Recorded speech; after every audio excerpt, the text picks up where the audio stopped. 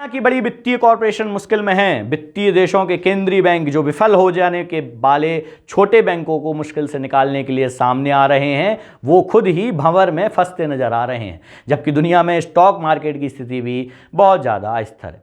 क्या आपको यह सब सुनी सुनाई बातें लग रही हैं?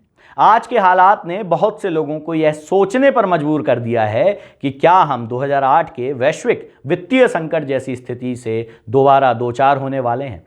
हालांकि अमेरिका और यूरोप में राजनेता और केंद्रीय बैंक यह लगातार विश्वास दिला रहे हैं कि उनकी वित्तीय व्यवस्था मजबूत है, स्थिर है, मगर हाल के दिनों में वैश्विक स्तर पर पूंजी निवेशकों में घबराहट साफ तौर पर देखी जा सकती है, जिसकी वजह से दुनिया भर के स्टॉक मार्केट, खासकर से बैंकिंग सेक्टर के शेयर में भारी उतार चढ़ाव नजर आ रहा है।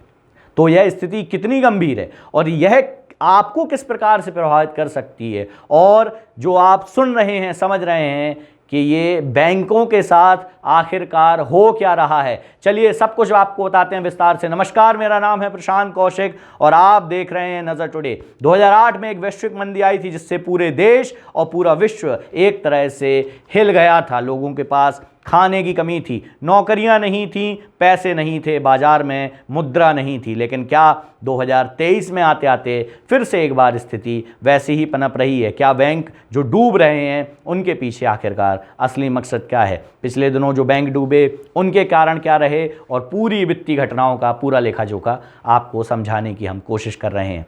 स्विट्जरलैंड सरकार के समर्थन के साथ इन्वेस्टमेंट बैंकिंग की कंपनी यूबीएस ने रविवार को क्रेडिट स्विस की जिम्मेदारी संभाल ली है।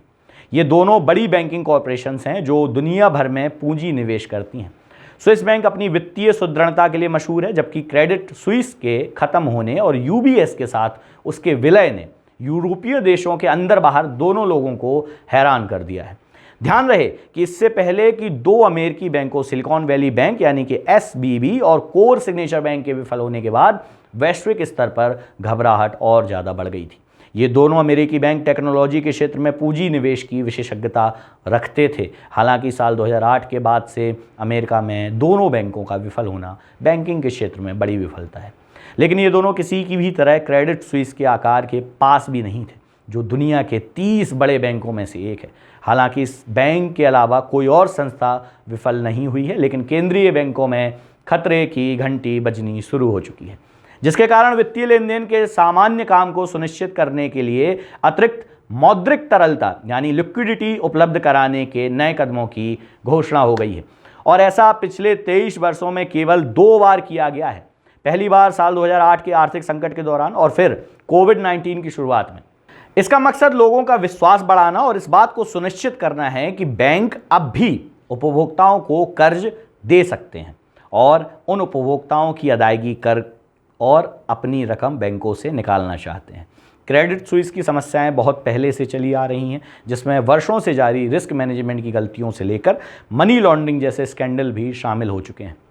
जबकि पिछले साल होने वाली भारी नुकसान ने इससे पहले के मुनाफे को बर्बाद कर दिया है। लेकिन पिछला सप्ताह बेहद महत्वपूर्ण था, क्योंकि स्विस नेशनल बैंक की ओर से उपलब्ध कराए गए $50 बिलियन की आकस्मिक सहायता के बावजूद बैंक ने खुद को अचानक से नीचे की तरफ जाते देखा और इसके क्लाइंट्स ने अपने फंड्स को दूसरे बैंकों में ट्रांसफ़र करना शुरू कर दिया।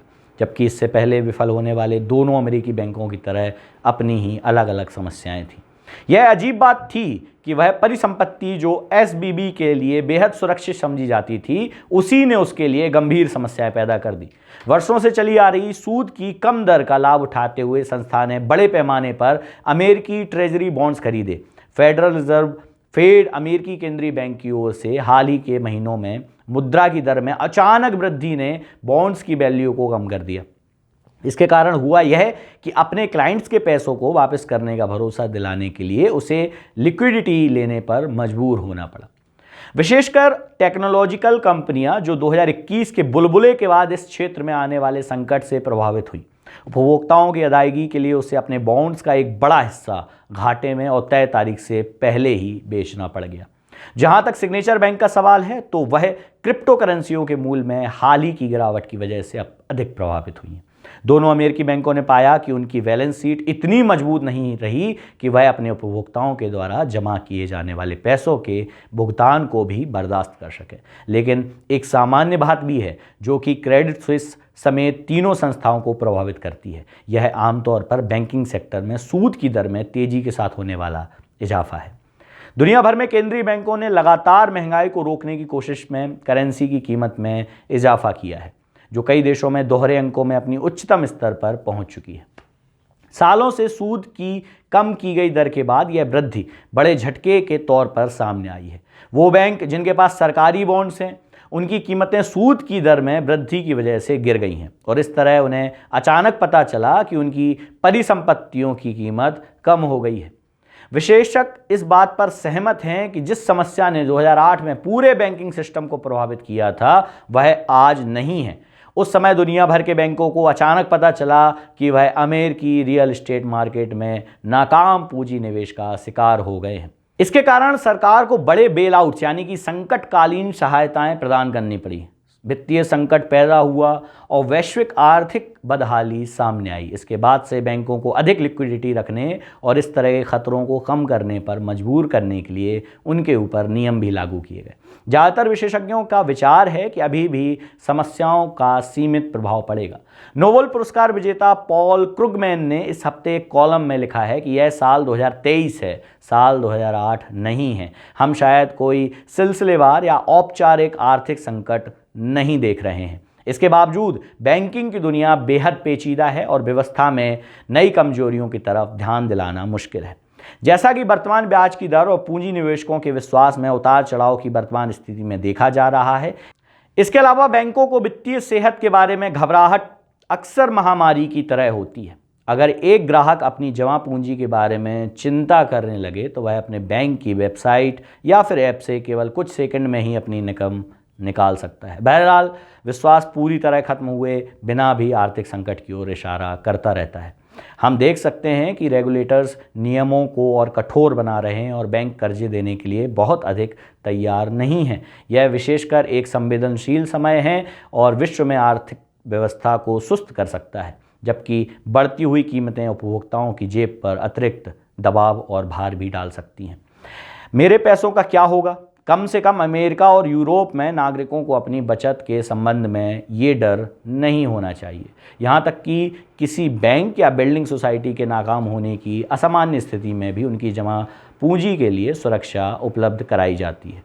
अमेरिकी सरकार $2.5 लाख तक के सभी बैंक डिपॉजिट की वापसी की गारंटी देती है। अमेरिका में पूंजी की सुरक्षा अलग अलग तरह के बैंकिंग प्रोडक्ट्स को कवर करती है, चेक और बचत खाते से लेकर प्रीपेड कार्ड्स और डिपॉजिट के सर्टिफिकेट्स तक। एसबीबी और सिग्नेचर बैंक के मामले में अमेरिकी सरकार ने एक और कदम आगे बढ़ाया और $2.5 लाख तक की जमा की पूंजी गारंटी दी। इसके लेकिन $2.5 लाख की सीमा से अधिक पर इस तरह की कोई गारंटी लागू नहीं होती है और अगर भविष्य में कोई दूसरा बैंक भी फेल हो जाता है तो शायद वह भी दोबारा ऐसा ही करे।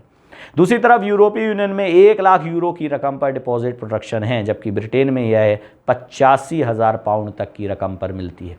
बहुत से विशेषज्ञों का विचार है कि वर्तमान संकट के दूसरे घाटे तो हो सकते हैं, लेकिन अधिक नकारात्मकता प्रभाव नहीं पड़ेगा। मार्केट के हलचल के नतीजे जीवन के बढ़ते खर्चों के प्रभाव को कम कर सकते हैं। उन्होंने खासतौर पर तेल और गैस की कीमतों में कमी का जिक्र किया, जो पिछले कई हफ्तों के हंगामे के दौरान देखी गई हैं, जिससे उपभोक्ता की जेब पर बोझ कुछ कम हुआ है।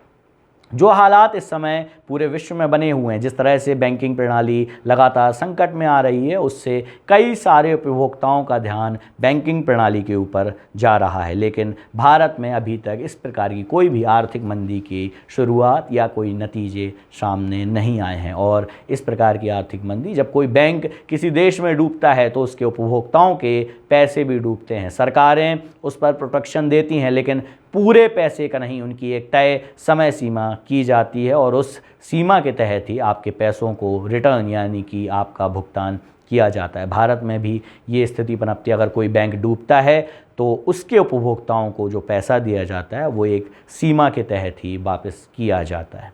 तो भारत में बैंकिंग प्रणाली अभी सुरक्षित स्तर पर चल रही है। विशेषज्ञों का मानना है कि अभी किसी प्रकार की आर्थिक और बैंकिंग संकट की भारत में कोई गुंजाइश नहीं है, लेकिन गुंजाइश और संभावनाएं कभी भी बदल सकती है। इसलिए अपने पैसों का ध्यान रखें, शेयर मार्केट के उतार चढ़ाव को भी देखते रहें और बैंकिंग प्रणाली पर भी अब आपको कड़ी नज़र रखने की ज़रूरत है। हालांकि हमारे देश में लोग बैंक पर बहुत ज़्यादा भरोसा करते हैं और उसकी प्रणाली को समझने की बहुत ज़्यादा कोशिश नहीं करते। उनका मानना रहता है कि अगर हमारा पैसा बैंक में है तो सुरक्षित, और ये काफ़ी हद तक ठीक भी लगता है, क्योंकि जब बैंक हैं तो आपको चिंता करने की ज़रूरत नहीं है। लेकिन किसी भी प्रकार की आर्थिक संकट के दौरान कोई भी बैंकिंग प्रणाली फेल हो सकती है। इसलिए आपको अपनी और अपने पैसों की सुदृढ़ जानकारी और सुरक्षा के लिए सचेत और सजग रहना चाहिए। इसी प्रकार की खबरों को देखने के लिए देखते रहें नज़र टुडे। वीडियो अच्छा लगे लाइक, शेयर और सब्सक्राइब ज़रूर करें, और अगर वीडियो में